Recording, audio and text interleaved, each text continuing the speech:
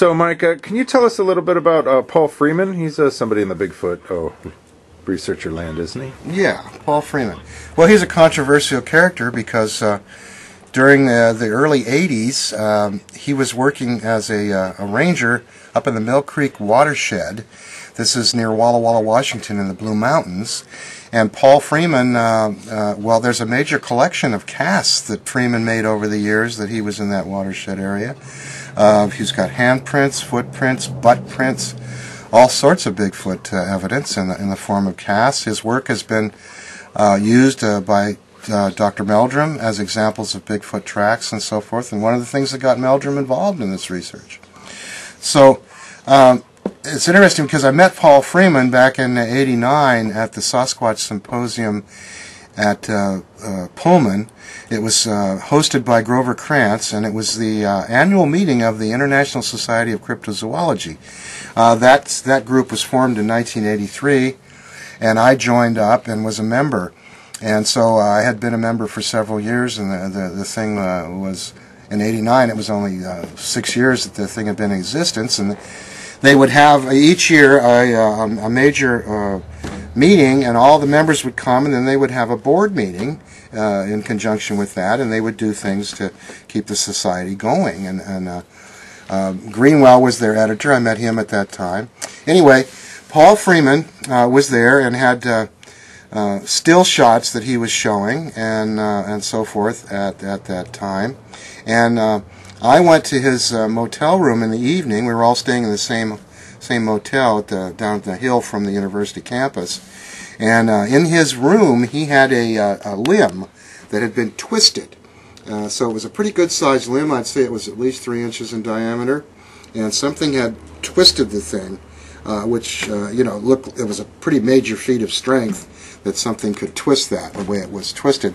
And interestingly enough, it had all these stringy hairs all kind of wrapped around it. They appeared to be slightly reddish in color, and they were very thin hairs, and maybe this long, maybe a foot long or so, and just kind of wrapped around this thing. And so I was carefully examining this, thinking, wow, really cool. Here's a twisted limb with Sasquatch hair on it. What a neat thing to have.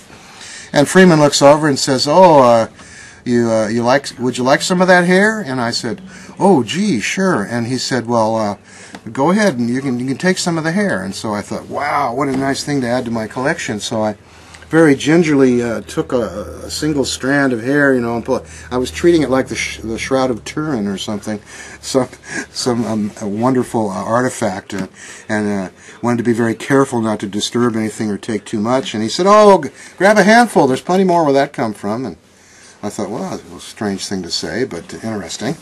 And interestingly enough, the next day at the conference, there was a series of talks given, and one of them was given by a man named Lonnie Summers. He was a graduate student at the University of Idaho, which was just a few miles away from the college.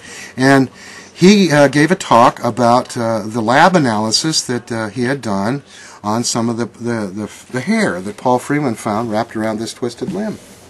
And what was particularly interesting was that the analysis in the laboratory indicated that this was synthetic. It was a synthetic fiber. It was not animal protein.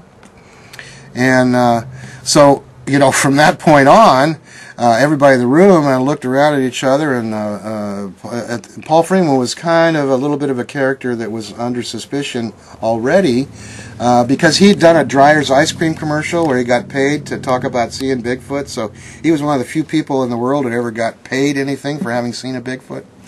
So anyway, from that point on, I and others who were there at the time among the Bigfoot community assumed that Freeman was a faker.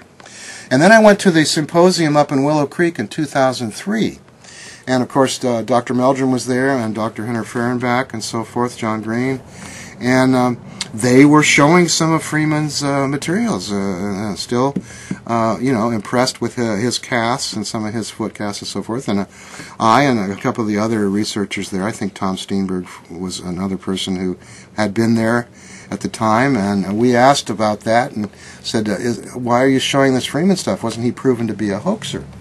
And At that time, Fehrenbach said to me, well, he said, I got to explain something to you. He said that I had a man come to me, and he had some hair, and it was very similar to that hair that Freeman had, and he said that he had found it on a limb in a tree in Oregon.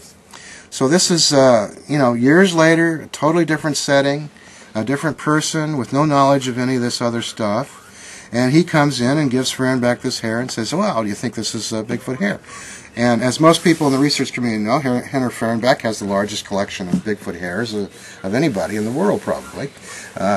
He's got quite a few of what appear to be Bigfoot hairs in his collection. Anyway, he tested that hair brought in by the man from Oregon, and it turned out to be the same synthetic fiber. And actually, he told me at that time that there's a trade name for it. It's called Dynel. That's the marketing name, and this material is used primarily for stuffing furniture. So, bingo, here's an explanation.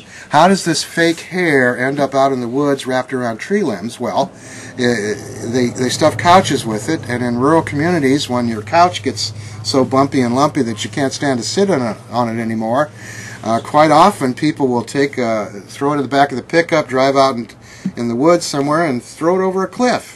And that's where you've seen the dumping prohibited signs. And invariably, if you look where you see those signs, you'll probably see a piece of furniture like that. So the explanation was that this stuff is out in the woods. It rotted, it got airborne, and went flying around and got stuck in a tree. And so Fehrenbach at that point told me that they don't think that Paul Freeman was aware that he was committing a hoax with that Dynel. And so they were willing to take his other evidence as being real.